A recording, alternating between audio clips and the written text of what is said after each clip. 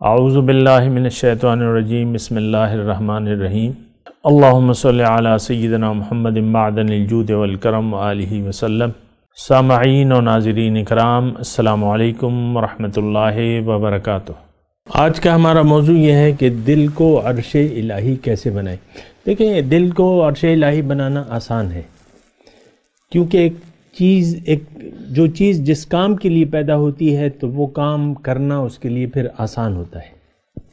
عام طور پہ کوئی بھی آپ کام کریں، یا ایک مثال کے طور پہ کپڑے کی مشین ہے، وہ کپڑے دھونے کے لیے بنائی گئی ہے، تو اس کے لیے کپڑے دھونا جو ہے وہ بہت آسان ہے۔ بٹن لگے ہوئے اور ترتیب سے آپ بٹنوں کو دباتے رہیں اور وہ کپڑے دھل جائیں گے۔ تو ہر مشین کے لیے وہ کام کرنا آسان ہے جس کے لیے وہ بنائی گئی، یہ دنیا کی چیزوں کا۔ پھر اللہ تعالیٰ کی جو مخلوقات ہیں، تو اللہ کے رسول نے ہمیں یہ بتایا ہے کہ کل میسر لما خلق لہ، کہ ہر چیز کے لیے وہ کام آسان کر دیا گیا ہے جس کے لیے وہ پیدا کیا گیا ہے۔ تو انسان کے دل کو اللہ تعالیٰ نے اپنا عرش کہا ہے اور فرمایا ہے کہ لا یسعنی فی ارضی ولا سمائی ولکن یسعنی فی قلب امرئ مومن، کہ میں زمین میں نہ سماتا ہوں نہ آسمان میں، لیکن میں مومن کے دل میں سماتا۔ یہ دل جو ہے ہمارا، ہمیں تو اس کی قدر و قیمت کا احساس نہیں ہے، لیکن اصل میں یہ دل عرش الہی ہے، اللہ کا گھر ہے۔ وہ کہتے ہیں نا کہ ایک فارسی کا ایک شاعر ہے، میرے خیال سے مولانا روم ہے، کہ بدل شمع حرم داری چرا سوئے حرم پوئی چو یار اندر بغل داری چسود اس قطع منزل ہا۔ کہتے ہیں بدل شمع حرم داری، حرم کی شمع تو تمہارے دل میں ہے، تم سفر کیوں کر رہے ہو؟ بدل شمع حرم داری چرا سوئے حرم پوئی، حرم کیوں جا رہے ہو؟ چیار اندر بغل داری، یار تو تمہاری بغل میں ہے، منزلیں کیوں طے کر رہے ہو؟ تو دراصل یہ اس کو ہم تو اور سب کچھ کی اہمیت کو جو جانتے ہیں، یہ سونا ہے، یہ چاندی ہے، یہ ڈائمنڈ ہے، یہ فلانا ڈھمکانا، لیکن جو ہمارے پاس دل ہے اس کی قیمت سے ہم آگاہ نہیں ہیں۔ یہ اللہ کا گھر ہے، یہاں اللہ سماتا ہے اور اللہ تعالیٰ سما جاتا ہے۔ تو یہ ہے نا کہ یہ دل جو ہے، موضوع بھی ہمارا یہی ہے کہ دل کو عرش الہی۔ دیکھیں، دل کو عرش الہی بنانے کے لیے سب سے پہلے آپ کو اپنے دل میں اللہ کی محبت پیدا کرنی ہوگی، پہلا جو ہے۔ اب محبت پیدا کرنے کے لیے پہلے آپ نے سوچنا ہوگا کہ اس کی ضرورت کیا ہے، اللہ کی محبت کی مجھے ضرورت کیا ہے۔ دیکھیں، جب تک آپ اللہ کی محبت کو دل میں پیدا نہیں کریں گے تو آپ سے اطاعت بندگی نہیں ہو سکے گی۔ ہر جگہ اپنی خواہشات آپ چلاتے رہیں گی، کبھی خواہشات سے چھٹکارا نہیں مل سکتا آپ کو جب تک محبت پیدا نہ ہو۔ محبت پیدا کرنے کے لیے ضرورت کا احساس ہونا ضروری ہے۔ انسان ہر کام جو کرتا ہے وہ ضرورت کے تحت کرتا ہے، کوئی مقصد کے تحت کرتا ہے۔ کوئی بھی کام ہو، اچھا کام ہو، برا کام ہو، نیک ہو، بد ہو، گناہ ہو، ثواب ہو، لیکن یہ پہلے اس کو ضرورت محسوس ہوتی ہے، تو پھر وہ چاہت پیدا ہو، ضرورت سے چاہت پیدا ہوتی ہے، چاہت سے پھر وہ محنت کرتا ہے، محنت پھر آگے چلتا ہے۔ تو سب سے پہلے ضرورت، یہ مطلب مختصر بات ہے، لیکن اس کو مثال کے طور پہ کھانا ہے، لقمہ ہے، تو آپ بعض اوقات یہ ہوتا ہے اپنے کام سے عشق ہو جاتا ہے انسان کو، لیکن وہ ایک الگ بات ہے۔ اب مثال کے طور پہ ایک ایکٹر ہے، وہ کہتا ہے مجھے اپنے کام سے عشق ہے اور میں چاہتا ہوں میں اداکاری کرتے ہوئے میری موت آ جائے۔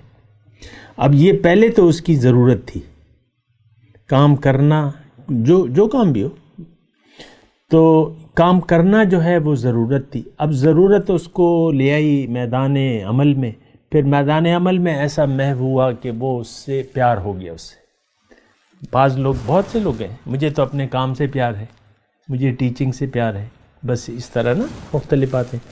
تو ضرورت، ضرورت جب تک آپ محسوس نہیں کریں گے تو اس وقت تک محبت کا سوال نہیں پیدا ہوگا۔ یہ مختصر بات ہے، نوٹ کر لیں۔ ضرورت، اب ضرورت آپ سوچیں اس پہ کہ کیا ضرورت ہے۔ اللہ سے محبت کے بغیر بھی ہم زندگی گزار رہے ہیں، لیکن یہ زندگی کیا زندگی ہے جب کہ آپ کا دل اللہ کی محبت سے غافل ہے، یا اس میں دنیا کی محبت ہے، یا آپ کا دل اللہ کی محبت کی بجائے دنیا کی محبت سے آباد ہے۔ تو اب یہ ہے نا کہ آپ کو ضرورت ہی نہیں محسوس ہوتی۔ دیکھیں، دو تین میں نے آپ کو بتا رہا ہوں، میں محبت کے لیے پہلے ضرورت کا احساس ہونا چاہیے۔ اب ضرورت کے لیے آپ نے سوچنا ہوگا عقل سے کہ مجھے اس کی کیا ضرورت ہے۔ دیکھیں، اگر اللہ کی محبت آپ کے دل میں نہ آئی، یا آپ کو دل کو عرش الہی نہ بنایا، یا محبت پیدا نہ کی، تو پھر کیا ہوگا کہ ظاہر کی محبت ہوگی۔ بیک وقت دو چیزوں سے محبت نہیں ہو سکتی۔ جب حقیقی آپ ضرورت محسوس کریں گے کہ بھئی اس میں تو اللہ کی محبت آنی چاہیے، پھر آپ ضرورت اس کی دیکھیں گے تو دیکھیں ضرورت یہ ہے کہ اگر آپ غافل اس دنیا سے گزر گئے، جو آیا ہے اس کو گزرنا ہے، لیکن اگر آپ اللہ کی محبت سے غافل ہو کے زندگی گزار لی آپ نے، تو جو آنے والی زندگی ہے وہ بہت زیادہ تکلیف دہ ہوگی۔ ہمیں تو اس پہ یقین نہیں ہے، لیکن حقیقت یہ ہے کہ قبر کی زندگی بھی ثابت ہے اور صحیح ہے، اس میں عذاب اور ثواب دونوں ہوتے ہیں۔ پھر یوم حشر ہے، اور پھر قیامت کے روز دو گروہوں میں سے ایک میں آپ نے شامل ہونا ہے، یا مجرم یا مسلم۔ تو یہ ضرورت ہے، یعنی آپ روز قیامت کا حشر کریں، اور یہ روز قیامت، یہ روز حشر کب ہے، آپ یہ اگر سوال کریں تو میں آپ کو کہہ رہا ہوں کہ یہ کل ہے۔ کب ہے؟ کل۔ کیونکہ روز قیامت جو ہے، قرآن میں اس کا تذکرہ ہے کہ جب حشر والے ایک دوسرے سے پوچھیں گے کہ کم لبثتم فی الارض عدد سنین، کہ تم زمین پر کتنا عرصہ رہے، وہ کہیں گے یومن او بعد یوم، ایک دن یا دن کا کچھ حصہ۔ یہ اب میں اسی لیے کہہ رہا ہوں کہ یہ تھوڑا سا وقت ہے بس۔ کل جو ہے روز قیامت ہے، روز حشر ہے، اور پھر وہاں حساب کتاب ہوگا، وہ رزلٹ ڈے ہے، دی ججمنٹ ڈے جسے آپ کہتے ہیں نا، وہ وہاں پھر حساب ہوگا۔ اور حساب کس چیز کا ہوگا کہ آپ نے زندگی کو ضائع کر دیا یا نہیں کیا۔ اگر آپ کا دل اللہ کی یاد سے غافل ہے تو اس کا مطلب یہ ہے کہ آپ زندگی کو ضائع کر رہے ہیں۔ یہ نقطہ نوٹ کر لیں۔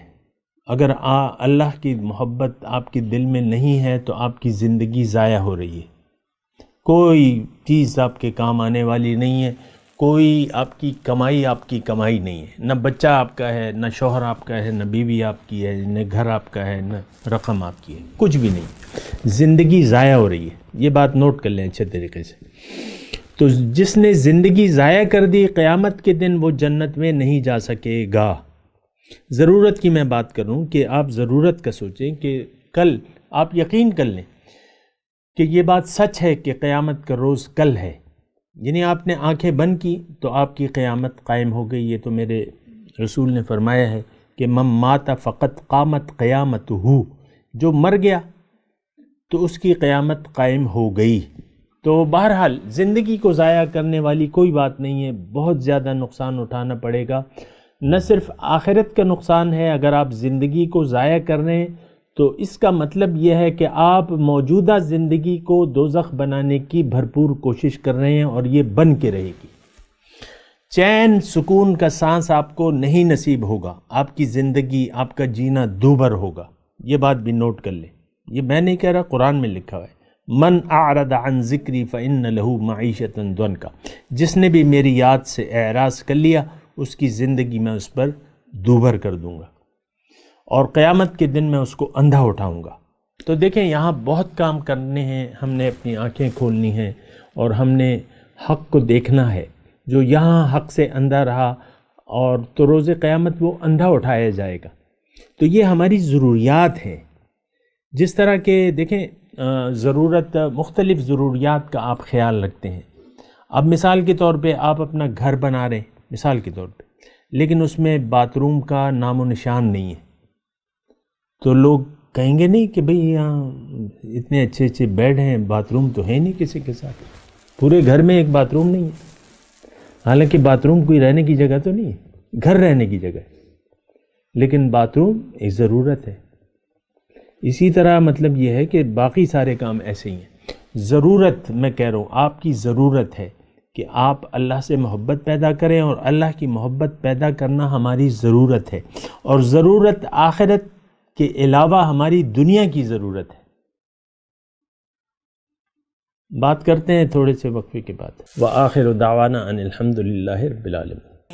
مولاي صل وسلم دائما ابدا على حبيبك خير الخلق كلهم